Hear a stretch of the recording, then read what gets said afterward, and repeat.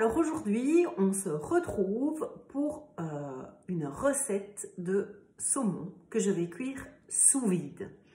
Alors, il faut savoir que dans le Cookidoo, j'ai une recette assez sympa dont je suis allée piquer la sauce, la recette de sauce. Donc, c'est le saumon riz basmati et sauce crémeuse à l'aneth.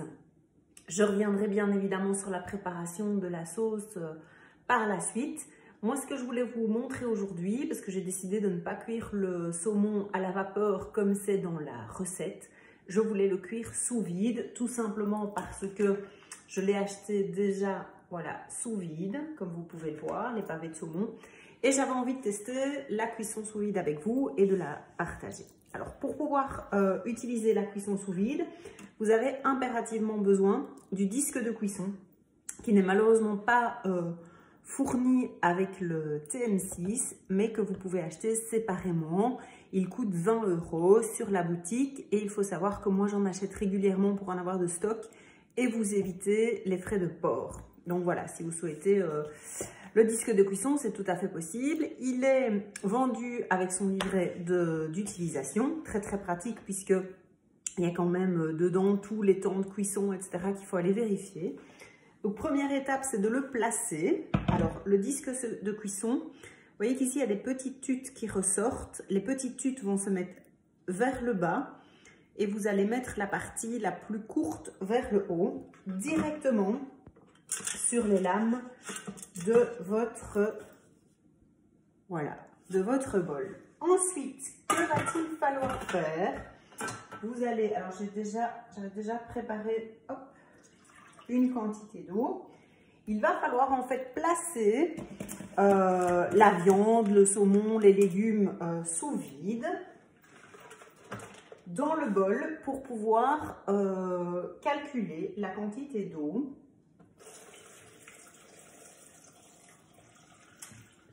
Puisque l'objectif est évidemment que ça ne déborde pas. Et nous allons en fait faire chauffer l'eau à la température souhaitée. Donc ici pour le saumon, c'est 55 degrés.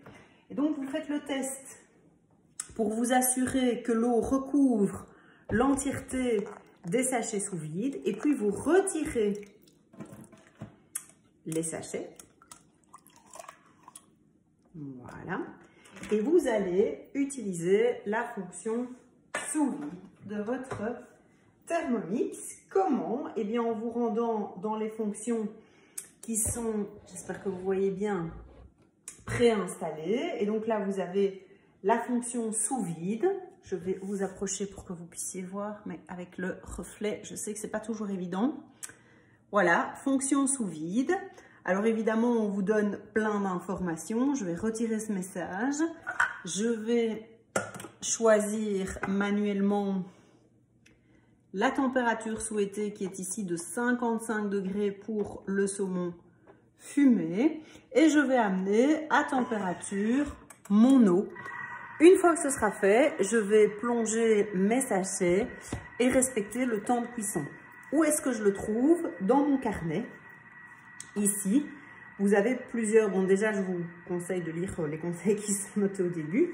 Et puis vous allez retrouver différents tableaux avec, voilà par exemple ici, différents types de viande, les quantités, le nombre de sachets, la température. Donc par exemple, vous voyez que pour des viandes style joue de porc, on va amener l'eau à 85 degrés. Par contre, ben voilà, si je prends ici un magret de canard, on est sur 62 degrés pour la cuisson sous vide. Et puis, vous aurez la durée également à laquelle il va falloir, pendant laquelle il va falloir cuire. Donc ici, on est sur du saumon. Donc, je suis sur du poisson gras. Et donc, je vais pouvoir mettre environ 1,4 kg pour le bol de mixage. Température, c'est de 55 degrés pendant 45 minutes pour une cuisson à point. Donc ici, j'attends que l'eau atteigne la température de 55 degrés. Ensuite, je plongerai mes sachets et je sélectionnerai les 45 minutes pour la cuisson de mon saumon. Voilà, je vous donne rendez-vous pour le résultat bien évidemment. mais aussi pour le partage de la sauce crémeuse à l'aneth que j'ai fait en suivant la recette.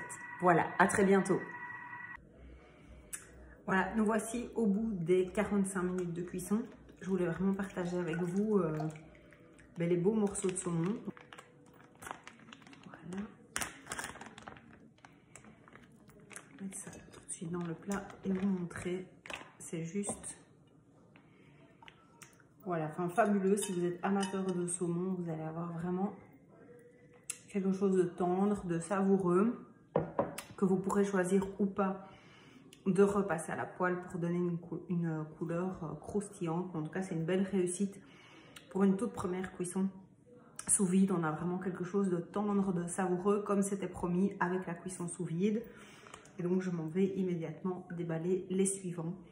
Et vous souhaite un bon appétit. Voilà, alors on se retrouve après le résultat. Donc, j'ai pas pensé à faire la vidéo et la photo avant la dégustation. Mais c'est tant mieux parce qu'on a dégusté ce midi la recette de saumon cuit sous vide avec la sauce à l'aneth. Et ça, c'est vraiment celle que je suis allée piquer dans le cookie dough. Et donc, je vais vous faire un petit briefing par rapport à ça. Alors, effectivement, à servir avec un riz parfumé, un riz basmati, selon vos envies, ou un riz classique, tout simplement. Par rapport à la sauce à l'aneth, moi, je vais juste vous conseiller, et je l'avais un peu, à mon avis, senti lorsque j'ai préparé la recette, c'est de faire vraiment une quantité de sauce moins importante que ce qui est prévu. Parce que certes, elle est délicieuse, mais je vous assure qu'en faisant 3/4 de la préparation pour 4-5 pavés de saumon, c'est largement suffisant. Et je vous approche comme ça, je vais vous montrer. Et nous, on a servi ça avec des épinards, c'était vraiment succulent.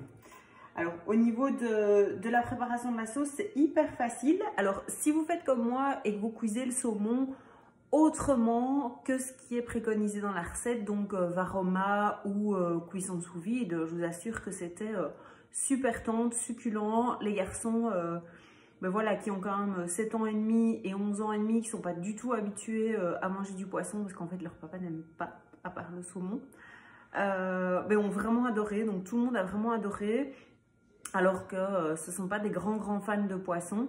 Donc ça, c'est une bonne nouvelle. Et donc, juste pour préparer la sauce, ce que vous faites, c'est que vous prenez la recette et vous vous rendez directement à l'étape 3, qui est l'étape où vous allez mettre des oignons, de l'ail. Donc, c'est comme ça que commence la préparation.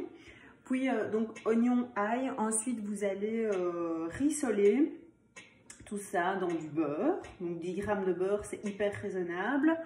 Et ensuite, on vous demande de mettre 400 g de crème liquide. Alors déjà, vous savez que j'ai mis de la crème allégée. Donc, je suis partie sur une crème à 15% de matière grasse et pas à 30 ou 40 comme c'est conseillé. Et j'ai mis, au lieu des 400 g, j'ai mis 300 g. Ensuite, il propose, je pense, de mettre... oui, donc on met bouillon cube de légumes, ou si vous avez un fond de légumes, c'est top. Enfin, de la poudre de bouillon de légumes que vous faites au Thermomix, c'est top, c'est ce que j'ai mis. Un peu de purée de tomates, c'est sympa parce que c'est ce qui donne vraiment la couleur orangée. Sinon, vous allez forcément avoir une sauce qui est beaucoup plus blanche. Donc, c'est vraiment joli. Voilà, puis de l'aneth. Alors, moi, j'ai pas d'aneth fraîche, mais voilà, j'en avais surgelé. Ça a très bien fait le job. Du piment, j'ai mis un tout petit peu de poivre de Cayenne, sans plus. Alors, une cuillère à café de maïzena, c'est ce qui va épaissir la sauce. Et ça, j'ai envie de dire que si vous voulez alléger votre sauce plus que prévu, vous pouvez faire moitié crème, moitié lait et doubler la quantité de maïzena. Donc, mettre 2 cuillères à café. Comme ça, vous aurez une crème qui est onctueuse, qui est épaisse, mais qui est beaucoup plus légère en matière grasse. Voilà, c'était une toute première pour moi et je suis ravie de l'avoir partagée avec vous. Et je vous conseille vivement la cuisson sous vide. Pour le poisson, c'est validé. Poisson super bien cuit en respectant le temps de cuisson du livret. Et vraiment très tendre. Donc, je me réjouis et j'ai vraiment hâte de tester la cuisson sous vide de la viande et du poulet pour pouvoir faire un comparatif tout simplement avec la cuisson à la poêle. Sachez simplement que pour la cuisson sous vide, l'intérêt, c'est de préserver vraiment les qualités nutritionnelles de votre viande, de votre poisson ou de vos légumes, puisqu'on ne va pas chauffer à haute température. Voilà, ravie d'avoir partagé ça avec vous et à très bientôt pour encore plein de trucs et d'astuces Thermomix. À bientôt!